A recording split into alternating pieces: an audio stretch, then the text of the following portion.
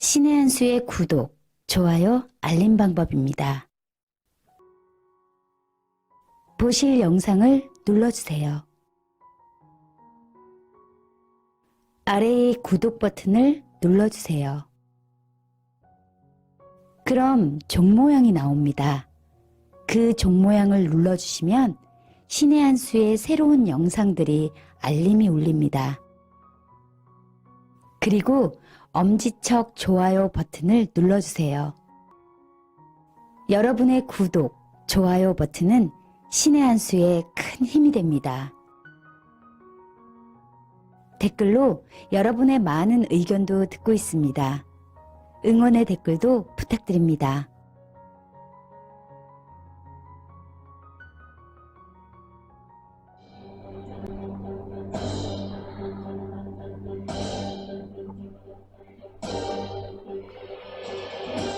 안녕하십니까. 신의 한 수의 신혜식입니다. 울산 부정선거 공작과 관련해서 청와대 인사 13명이 기소가 됐습니다. 여러가지 논란은 있지만 말이죠. 윤석열 총장이 최선을 다하고 있는 모습으로 보입니다. 자유한국당이 본격적으로 선거 채비에 갖췄는데요. 공관위와 관련돼서는 여러가지 논란이 있는 것 같습니다. 이 논란 포함해서요, 중요한 분 모셔서 이야기해 보겠습니다. 황교안 대표의 특보입니다. 황성욱 변호사 이 자리에 모셨습니다. 안녕하십니까? 네, 안녕하십니까? 네. 네.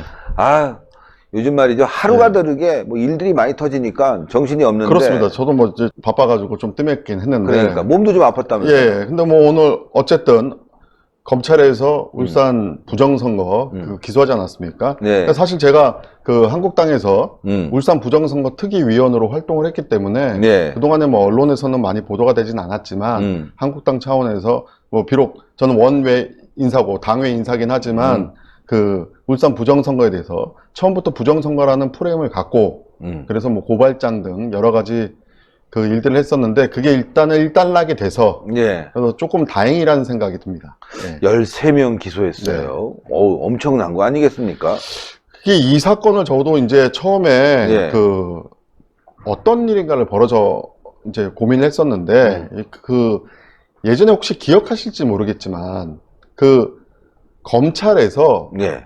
그 울산에서 경찰이 그 김기현 전 시장에 대해서 계속 수사를 하는데 혹시 기억나시나요? 그 검찰에서 90쪽에 달하는 불기소 예. 예, 그걸 한번 냈었잖아요. 이거는 완전히 아니다 하면서 예. 그래서 그때 그 담당을 했던 검찰청 관계자를 제가 한번 만나봤는데 예. 당시에 그 수사 책임자셨던 분은 이게 어떤 하명 수사라는 것은 꿈에도 몰랐다는 거예요. 아하. 예. 그러나 검찰의 본연의 수사적 관점에서 봤었을 때 너무나 이상한데도 불구하고 다시 재수사를 해봐라. 뭐 이게 왜 이러냐. 수사지휘를 내렸음에도 불구하고 경찰이 계속 한 방향으로 몰고 가는 좀 상식에 맞지 않는 일을 벌여서 예. 그래서 당시에는 이게 무슨 하명 수사라든지 그런 것은 상상도 못하고 뭐 예. 법치국가에서 있을 수 없는 일이죠. 네네. 그래서 이것은 기록으로 남겨야겠다.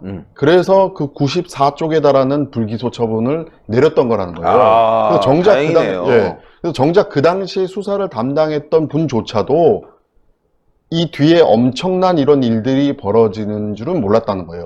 근데 그 얘기를 제가 들으니까 이건 부정선거다. 라는 딱 법률가적 감이 들었던 거죠. 예, 예. 네, 그래서 그때 한국당에서 이런 3대 의혹, 뭐 유재수 무마, 그 다음에 우리은행 특혜대출, 그 다음에 울산 부정선거에 대해서 그 3대 특위를 발족했었고, 그때 이제 곽상도 의원이 위원장하고 울산 부정선거 특위는 주광덕 의원이 맡아서 그때 이제 당외 전문가들과 함께 여러 개의 고발장을 내고 사실은 그 고발장 내용대로 힘을 보탰기 때문에 윤석열 검찰총장도 수사에서 용기를 내지 않았을까. 뭐 저는 개인적으로 그렇게 생각하고 있습니다. 예.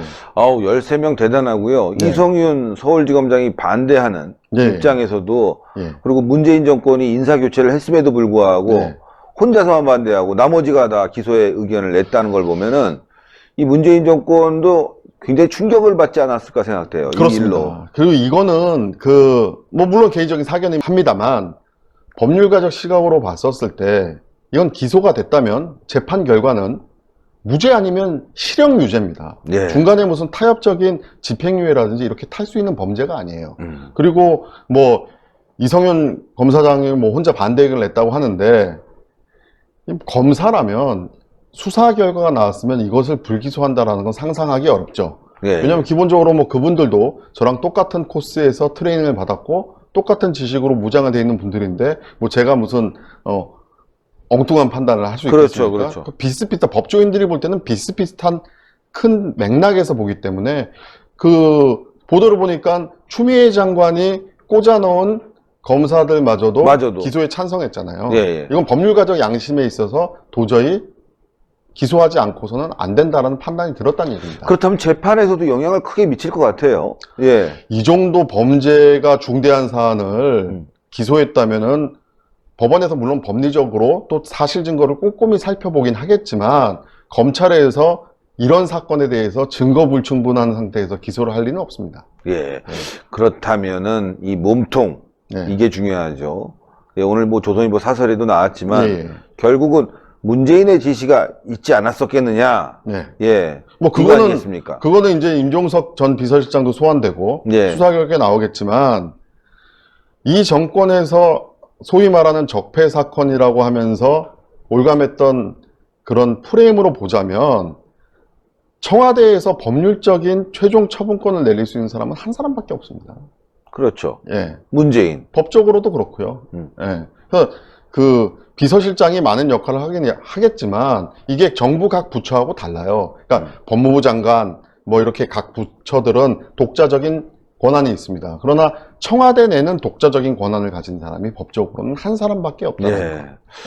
자, 여기서 말이죠. 윤석열 총장이 문재인까지 조사하겠다 이렇게 나설까요? 아니면 그냥 13명 기소한 거로 재판에 가는 것으로 끝낼까요? 여러 가지 측면으로 생각해 볼 수 있는데요. 이게 네. 만약에 정상적인 나라였다, 어느 정도의 법치주의가 유지되는 나라였다면 당연하게 100이면 100 문재인 대통령까지 수사 갈 거라고 보여지긴 합니다만, 아마 제 판단으로는 지금 기소한 이후에 선거 전에 뚜렷한 명백한 어떤 물증이 나온다 하더라도 문재인 대통령을 수사하기는 쉽지 않을 것 같습니다. 선거 전에는요.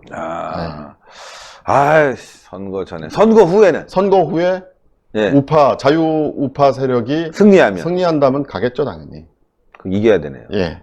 그래서 이게 지금 오늘 13명을 기소한 것은 제가 볼 땐 그런 관점입니다. 만약 이걸 기소하지 않았으면요, 이것 자체가 선거에 영향을 미치는 겁니다. 왜냐하면 범죄 혐의가 어느 정도까지 드러났고, 또 검찰의 경험 많은 베테랑 수사검사들이 거의 90% 이상이 기소라고 할 수 있는 사안에서 만약에 시간을 질질 끈다, 그거는 검사로서의 어떤 기본적인 의무를 저버리는 것이죠. 그것이 오히려 어떻게 보면은 선거에 있어서 중립성을 지키지 않는 꼴이 되기 때문에 네. 이 13명은 일단 기소를 한 게 맞는 것 같고요. 그 윗선은 사실은 제가 봤을 때는 그 선거 이후에 결과에 따라서 좀 영향을 받지 않을까, 저는 그렇게 생각하고 있습니다. 예.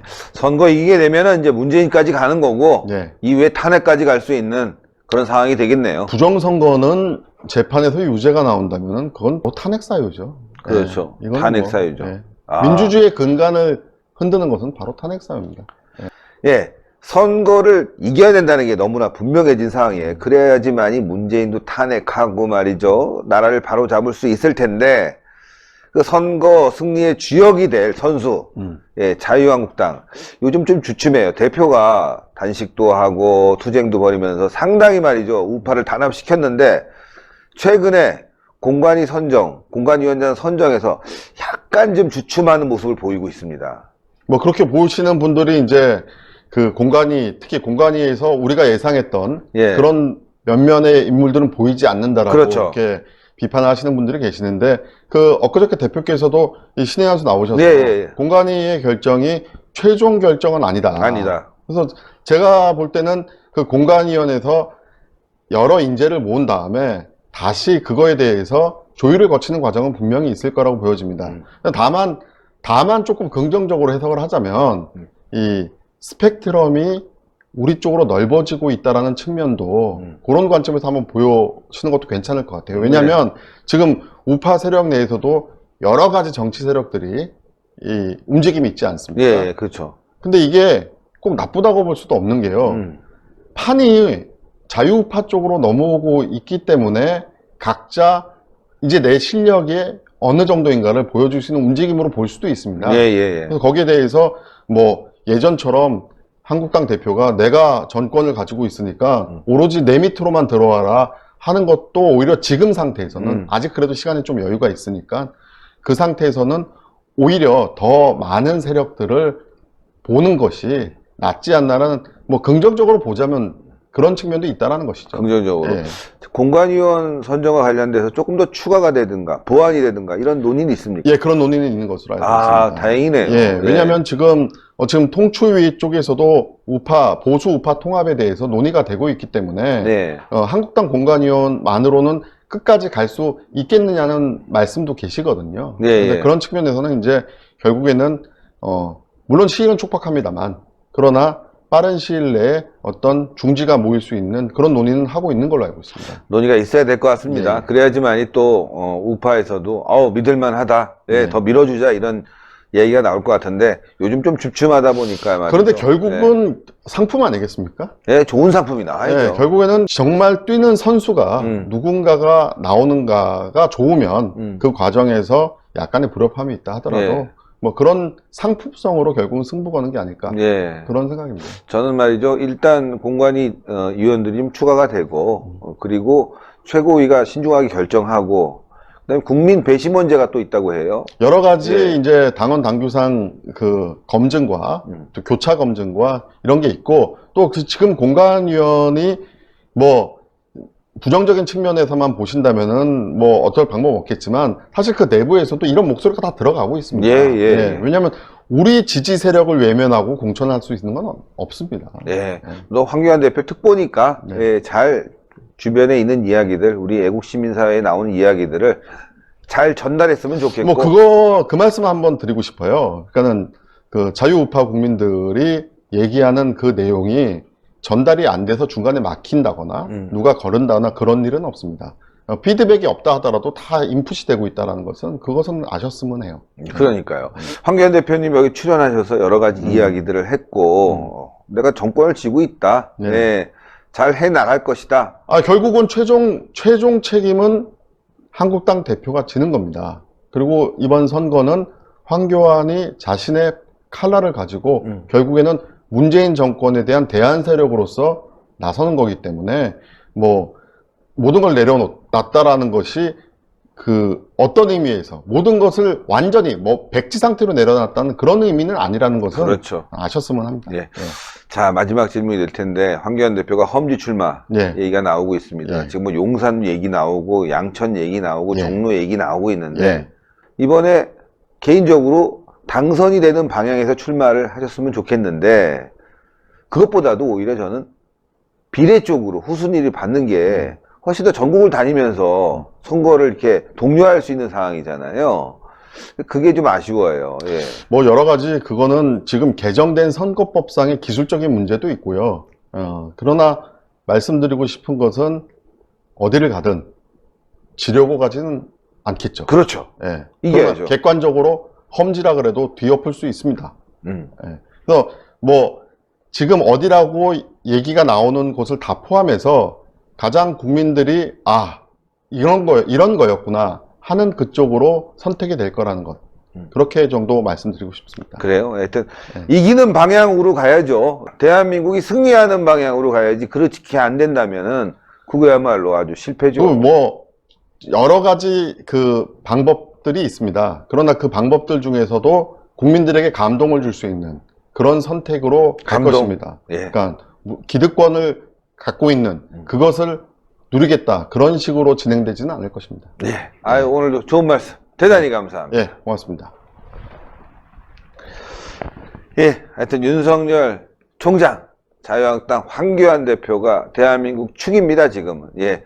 잘 될 수 있게요. 격려하고 좀 부족하다면요. 우리가 음해는 하지 말고 질책하면서 잘 갈 수 있게 하면 좋겠습니다. 요즘 분위기가 막 이상하게 음해하는 분위기로 가고 있고 깎아내리는 분위기로 가고 있는데 선거 앞두고 말이죠. 그럴 수 있다고 생각하지만 다가올수록 우리가 점점 그 서로의 생각하는 그 넓은 폭과 다시 선거가 다가올수록 말이죠. 우리가 조금 더 서로 이해하는 방향으로 가면 좋을 것 같습니다. 하여튼 승리해야 됩니다. 힘을 모아야 됩니다. 이거 뭐 백날 강조해도 뭐 과언이 아닙니다. 여러분들 승리합시다.